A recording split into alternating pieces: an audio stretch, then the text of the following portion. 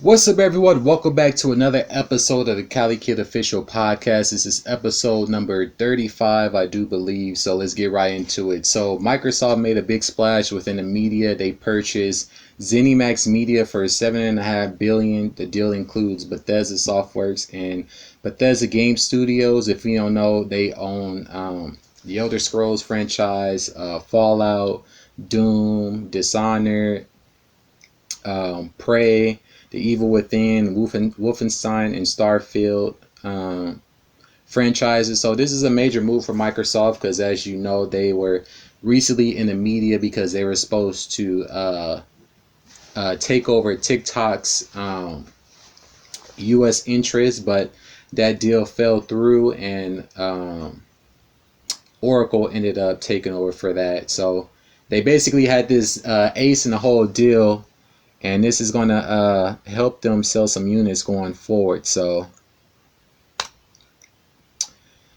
it says, in what might count as some of the biggest and most surprising news of 2020, Microsoft has announced it's acquiring ZeniMax for $7.5 billion. ZeniMax owns a range of high-profile games, including Doom, Quake, Rage, Dishonored, Prey, Wolfenstein, The Evil Within, and The Elder Scrolls.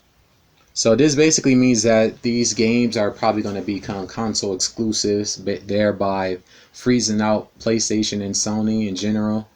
More than likely, the only way you're going to probably be able to play these games or the new games going forward is if you have a PC or an Xbox. So that's why they made this move, and this makes more sense than Microsoft delving into social media. But it says Microsoft is aiming to complete the deal in the second half of FICO year 2021, but it changes the trajectory of ZeniMax and its studios immediately. Any future games from a ZeniMax-owned developer could be Xbox and PC exclusives, potentially leaving PlayStation owners without a new Elder Scrolls or Doom experience to play this coming hardware generation. It's a move that could also help sell quite a few Xbox Series X devices later in its life cycle. Yeah. And so it says Microsoft is an excellent partner and offer access to resources that will make us a better publisher and developer. We believe that means better games for you to play. Simply put, we believe that the change is important part of getting better. We believe in pushing ourselves to be better, to innovate, to grow. Yeah, this was a brilliant move by Microsoft. I'm still waiting on that next Elder Scrolls game. Come the 11th of November, it will be 9 years since Skyrim was released, and only updates we've gotten is some type of teaser video that they put out years ago. And other than that, they said that the game is going to be made with the same engine, which I think is kind of lazy, because if you're waiting for next generation technology to create the game, why are you going to use the same engine? Doesn't make sense. But we'll just have to wait and see what they do going forward. But moving on from that into music, Tory Lanez drops a surprise album called Daystar, 17 songs, and he basically touches upon a variety of different topics. All the allegations pretty much hurled at him, he briefly touched upon that. You know, he can't really speak upon it because it's an open case. But he also talked about, his relationship with Meg and, everybody that has something to say about him. So the album is 17 songs. It starts with a song called Money Over Fallouts. And he basically says that they're trying to frame him. And Meg signed an affidavit basically supporting the framing.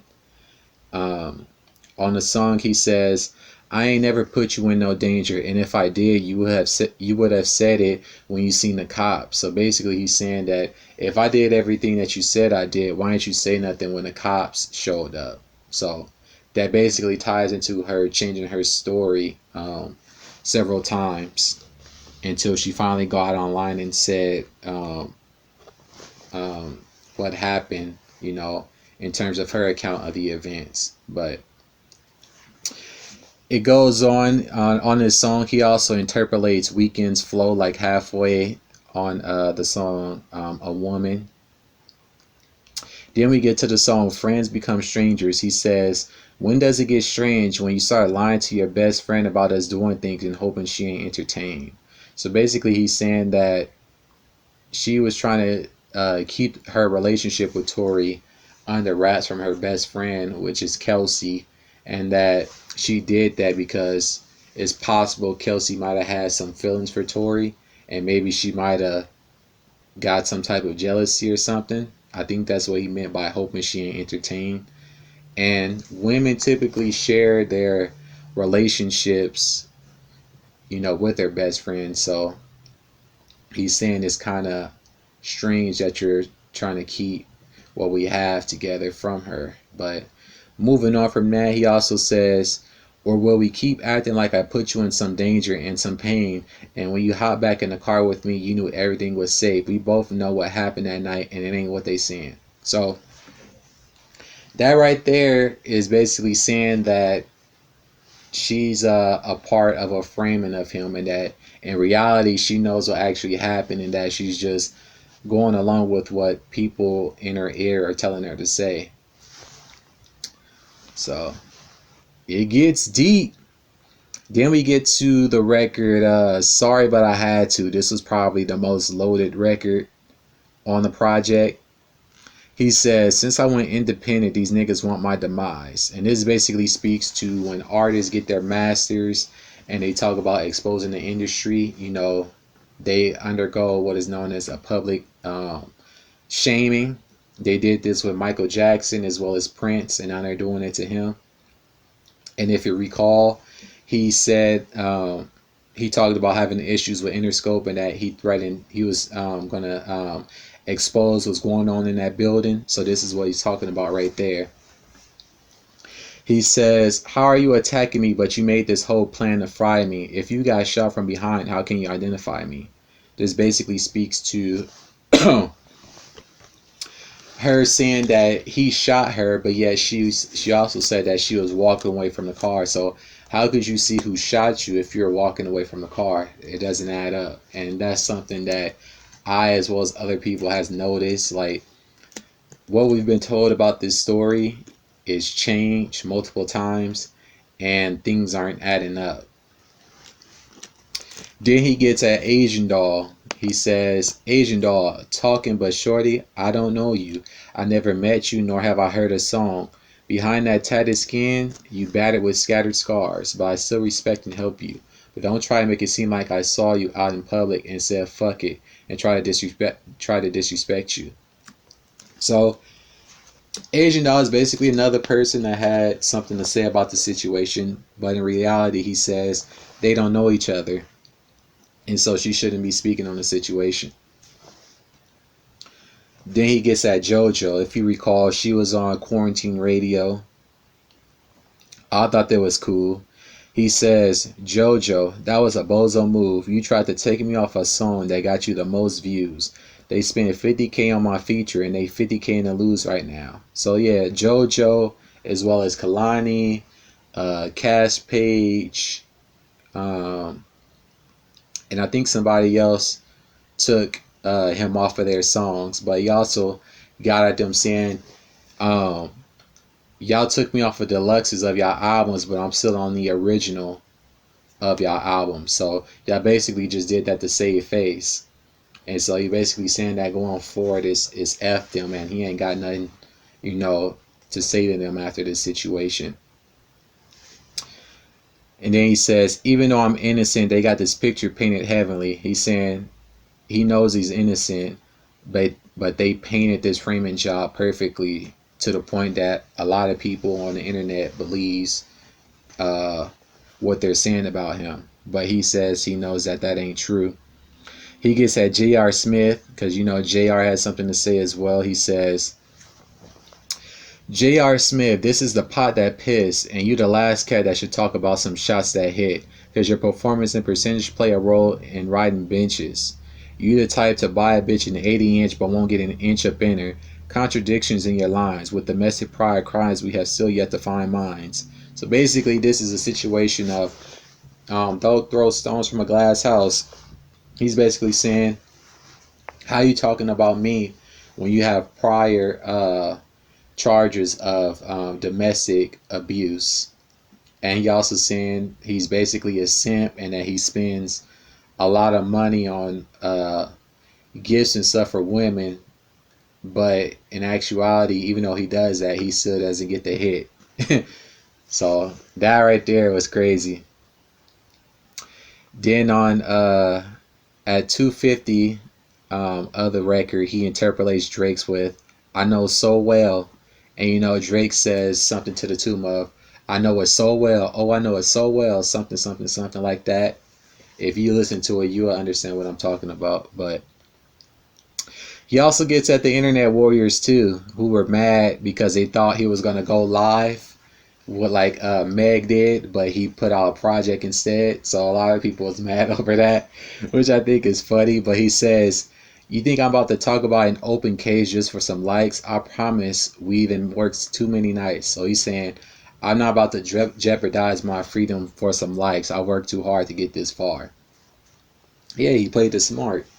He got some good counsel around him because they didn't guided him through this pretty much flawlessly.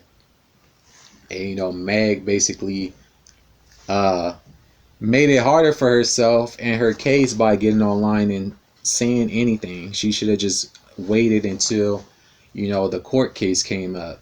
And till this day, he said there's still no charges against him. So it's looking like this possibly is probably going to get thrown out due to a lack of cooperation and also because of the story changing a variety of different times. And then if you look at her injury, it's not consistent with that of a gunshot wound. It looks more so like a scrape or a cut. And if you know, if you get shot in the foot, your foot is surrounded by bones and tendons. And if you get shot in the foot, how are you not on crutches or a foot brace? I personally know somebody that got shot in the foot and they were on crutches and a foot brace for weeks. So that's where I'm saying it's not adding up. Something happened to her, but what's being said happened doesn't seem like it's playing out exactly how it's being said. I think it's a lot of shenanigans going on with the situation, but we'll just have to wait and see once this goes to court. So yeah, he also gets at Bun B as well, because you know Bun B had something to say, and you know him and Meg are both from Houston. He also got feelings for Meg as well, so that kind of ties into this as well. But he says, "We got Bun B on live saying I should burn in a cage. In these times of Black lives, he's saying I should turn into a slave." So basically, he's saying being in prison, as you know, if you're in a cage, you don't have your freedom. You're a slave. You can't do what you want. Then he says, if Steve Smith, he's referring to Stephen A. Smith, heard that, my nigga would have a rage right now. No diss to pimpin' Bun, but you made big pimpin' son, pouring champagne on women's face while they flick their tongue. I'm too young to give you lessons, but I like to give you one. Please stay the fuck about my case. I ain't convicted, son. So he's basically saying, how are you coming at me when you have a history of disrespecting women in terms of, you know, pouring liquor on them? And then he's saying, he ain't been convicted, but yet you're vilifying him. And he's right. There haven't been any charges leveled against him outside of possession of a firearm or whatever. There hasn't been any criminal charges levied against him. And it's been months since this situation happened. So there's that. He also pretty much shaded Chance the Rapper. He says, Chance the Rap, too irrelevant. I would place his line with, my chain looking too heaven sent. You know, Chance had something to say. He basically saying that Chance ain't even deserving of get at because he's irrelevant in the situation. Then he gets at Rock Nation. Now this part right here is where the frame job thing pops up. He says, I made too much money with Rock Nation to know it's only niggas on your roster hating. Contemplating how these niggas calling me, threatening me not to make those statements. Okay. Why would her management team be calling the other party not to make a statement? That right there says to me that they're trying to be the first to put something out there, to paint a narrative. So this was the beginning of the frame job, in a sense. Pretty much. Crazy. Then he gets that Dream Doll as well. You know, they've had prior dealings. You know, she did some on that record talking about his road game was coming off when he was eating her out and stuff like that. But he says, give me one Dream Doll hit record. I'll wait. Basically saying she's irrelevant as well. Then he gets at Masika. He says, hey, Masika, this your chance. You're in every Twitter debate and every shade room comment. Like, common sense ain't common sense. Like, we be needing your 2 cents and all your vents. Faking a kidnapping for your OnlyFans and trying to front like missing kids was your intent. Yeah, that was some sick shit right there. That was sick. Especially, you know, you got people being kidnapped and sex trafficked, you know, all day, every day. You know, they just found those kids in Ohio and Georgia. I talked about that. I believe that was on 2 podcasts ago. I talked about that. So yeah, that right there was crazy. Then he says, if that's the type of shit you teach in Kari, which is her daughter, then you should sit in a pen and watch people disagree. And in the end, you should try to make it facts, but it's an LIE in the end. Oh, it ain't funny when it's your turn when spectators got their lighters out with gasoline and wanting your burn. So he said, it was all fun and games when you was coming at me, but now that you on the hot seat, it ain't funny. Now is it? Yeah, I don't know what's wrong with her. She got a problem. But and in his last part, he gets at the industry in general. He says, when MJ and Prince got their masters back, what happened? And this is what I was talking about. This is what they do to artists. When artists get their freedom, quote unquote, their masters, and they talk about the industry in turn usually goes forward with some type of public humiliation. And they've done this repeatedly. With MJ, the reason they got MJ, he became too powerful. He owned the Beatles catalog as well as various other artists' catalog, and they were mad that he wasn't willing to negotiate a sellback type of deal. He wanted to keep the masters and royalties for himself, and they got mad at that, as well as him talking about the industry in general. I remember I saw some interview where he was talking about the CEO of Sony was evil, and lo and behold, the pedo allegations come out. That's what they tried to use to take him down. That was pretty much bullshit. You've had several people come out saying that the side that was trying to convict MJ tried to pay people to say things that didn't happen. So that's all that was. And then, you know, of course, you know, MJ, he died with the injections by a doctor, and Prince, he died from injections by a doctor as well. So, and you know, Prince, he owned his masters and stuff too as well, and he also talked about the industry as well. So basically, Tory Lanez is saying, you seen what happened to them, they're trying to do the same thing to me.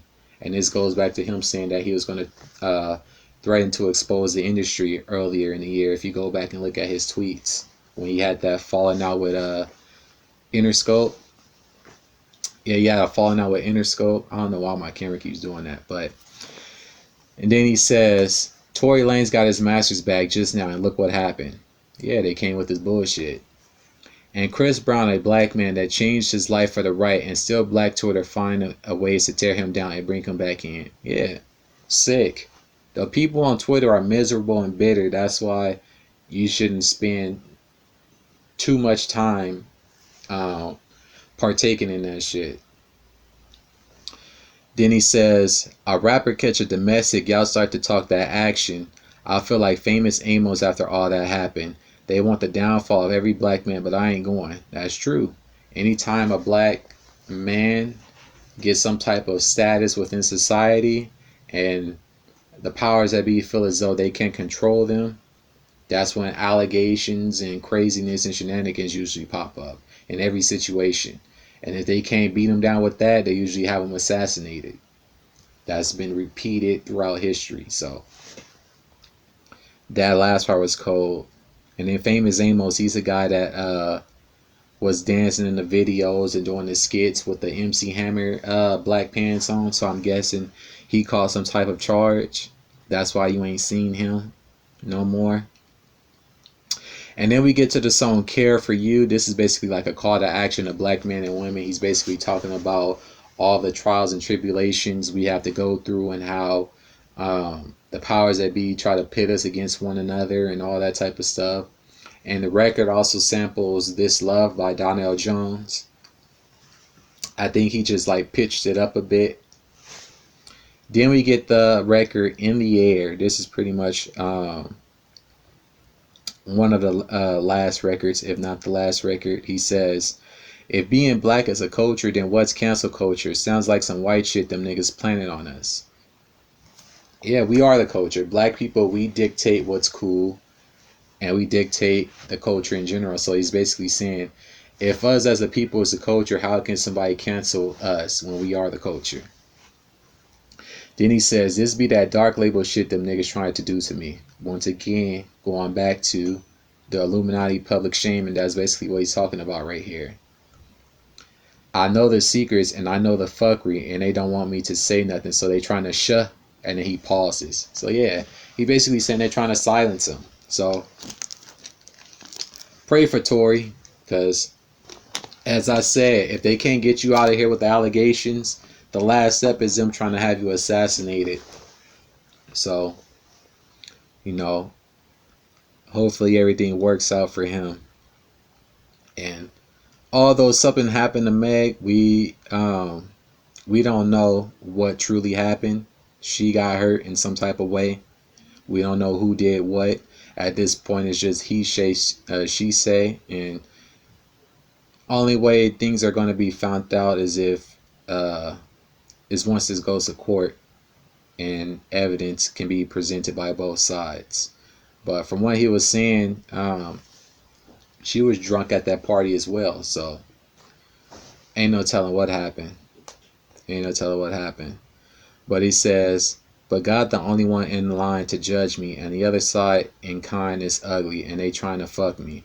What happened to the times of helping self when we dehumanize celebrities with mental health? He basically saying, talking about people that kick people down when they discuss mental health and whatnot, and then in the same vein want to cry when those people decide to take their life.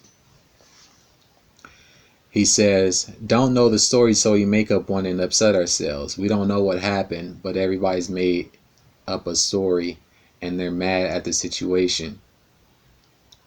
We just marched in unity about us being brothers, and y'all ain't even hear my side is how we being brothers. So he's basically saying y'all just made up y'all minds without even hearing his side, which, you know, that's what the comment section usually do. They make up their minds without hearing out everything. And as I said before, there's his side, there's her side, and then there's what actually happened, and that ain't gonna be revealed until this goes to court. But still to this day, there hasn't been any charges levied against him in terms of this case. Only thing that happened was the possession of a firearm. So there was that. Then he says, it's kind of crazy. White folks ain't even seeing nothing. Only celebs I'm seeing hating on my same color. Get it together. We got to get it together. Tory, you in this situation not because he's hating. He's referring to God. Because Tory, you in this situation not because he's hating. He's using Meg as a vessel and a test of faith. And even when you at the bottom is when he makes his way in. God, thank you for turning me into a demonstration. So he's basically saying, even when you at your lowest of low, God is there to help you pick yourself back up, is what he's saying. So overall, I like the project. It was very introspective. It touched upon a variety of different things. Their relationship with one another, how they would console one another and discuss other relationships, and how they connected with each other because they both lost their mothers and all that type of stuff. He also talked about how you hate black women when, you know, his baby mother is black, his daughter black, and, you know, mom, auntie, all that type of stuff. So Overall, it's a dope project. If you haven't heard it, you should check it out. My favorites were um, Friends Become Strangers, Sorry But I Had to, Bittersweet, Care for You, and In the Air. And I gave it a 15 out of 17, which comes out to an 88%. So this is a pretty cool project. If you haven't heard it, I suggest you listen to it. He touches up on some things, you know, those that already made up their mind probably aren't going to care, but it is what it is, and that's usually how things go. But moving on from that into the NFL. So week 2, we saw a whole bunch of injuries. A lot of these injuries were very crucial. The 49ers in particular probably suffered the worst. They lost their quarterback, Jimmy G. They lost Nick Bosa and Solomon Thomas, which are two key cogs on their defensive line. And they also lost Raheem Mostert, which is their running back. And from what I was reading, they also have, I think it's upwards of 13 starters hurt. So they're going to be feeling it. And from what it also said, that's about 70% of their salary is hurt. So they might miss the playoffs this year because that's a lot. They have a lot of key injuries, and then they got to face the Seahawks twice, the Rams twice, and they got to play the Cardinals again, who they already lost to. So it's going to be crazy. Other injuries, Christian McCaffrey, he out for the year for the Panthers. The Giants, they lost Saquon Barkley. The Chargers, Tyrod Taylor, he suffered from a punctured lung caused by a doctor administering some type of pain medicine through a syringe. So there's that. So that means that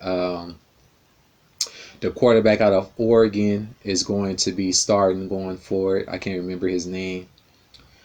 The Seahawks, they lost Bruce Irvin, and David Andrews broke his thumb apparently against the Seahawks, so he's going to be out for some time as well. So a lot of injuries at key points on these different teams, so that's going to be crazy. Some of these players might be able to come back, like Raheem. I think he possibly might be able to come back. David Andrews, he's probably going to be out in a couple of weeks. But yeah, there was more injuries, but week 2 was crazy with the injuries. So that right there was crazy. But moving on from that into UFC 253. So we get Israel Adesanya defending his middleweight title against Paulo Acosta. They have some type of beef with one another, and there was some tension at the weigh-in. Paulo threw a white belt at Israel's, because I'm guessing Israel has a white belt in some particular MMA discipline. I'm picking Israel to win that. I haven't seen Paulo fight, so I'm not too familiar with his skill set. So I'm picking Israel in that. And then we get Domonick Reyes versus Jan Blachowicz, or Juan Blachowicz, for the vacant lightweight title, which was left by John Jones due to him having disagreements in terms of pay. And he's also said that he's transitioning into heavyweight. So there's that as well. I'm picking Dominic to win that. He was in a close battle with John Jones, so I think he's going to become the new lightweight champ. Moving on from that into WWE Clash of Champions. This is going to be an interesting card. So we get Drew McIntyre versus Randy Orton. This will be the second time they're battling for the belt. I think Orton might try to do something sneaky to win. But ultimately, I think Drew is going to retain his belt. If Orton does win, it will be through shenanigans. Then we get Roman Reigns defending his Universal title against Jey Uso. I'm picking Roman to win this fairly easy. I think this is going to transition to Jey possibly joining Roman. And hopefully we get the House Samoa stable that I've been